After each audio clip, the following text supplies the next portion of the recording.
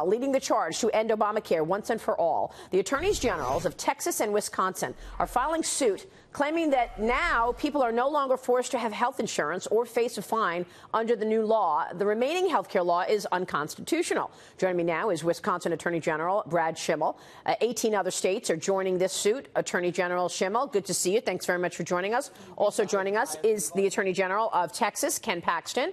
Also weighing in here. Attorney General Schimel, first kick us off here. Do you think you have the power to do what Congress has not, completely repeal Obamacare?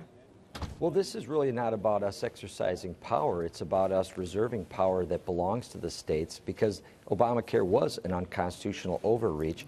But yes, we do, because when Congress passed the budget bill, the tax bill, they got rid of the tax penalty from Obamacare. That left the individual mandate standing all by itself. As Chief Justice Roberts said in his decision, the reason why this worked was constitutional is because they compacted or compressed together the individual mandate and the tax. Therefore, there was a government revenue-generating function to it, and that was constitutional. Right. It was a reach, but now the tax part's gone.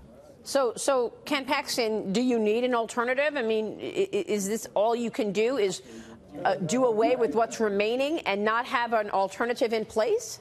Look, that's up to Congress. Our job is to enforce the law. This was clearly unconstitutional. The mandate was unconstitutional.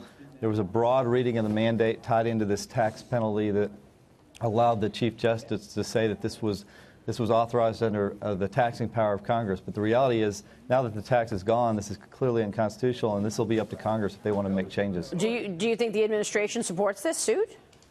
I would not be surprised, given that President Trump campaigned against Obamacare, given that much of the Republican Congress tried to repeal it. I think this is going to be welcome news to the administration and to a lot of congressmen. And Mr. Schimel, tell me how this gets started. Have you been talking with the other attorneys general? What do you want to see in place of this? Well, we have got 20 state attorneys general on board with this.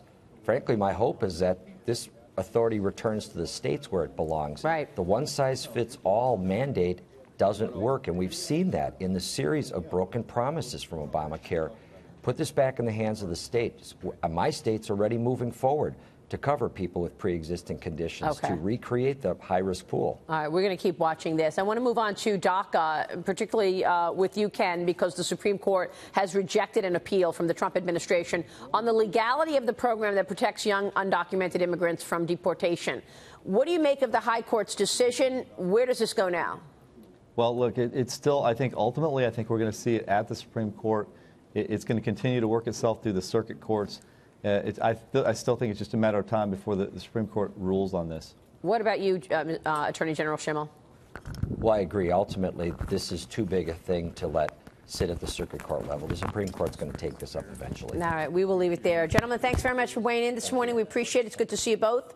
Brad Schimel, Ken Paxton, thank you.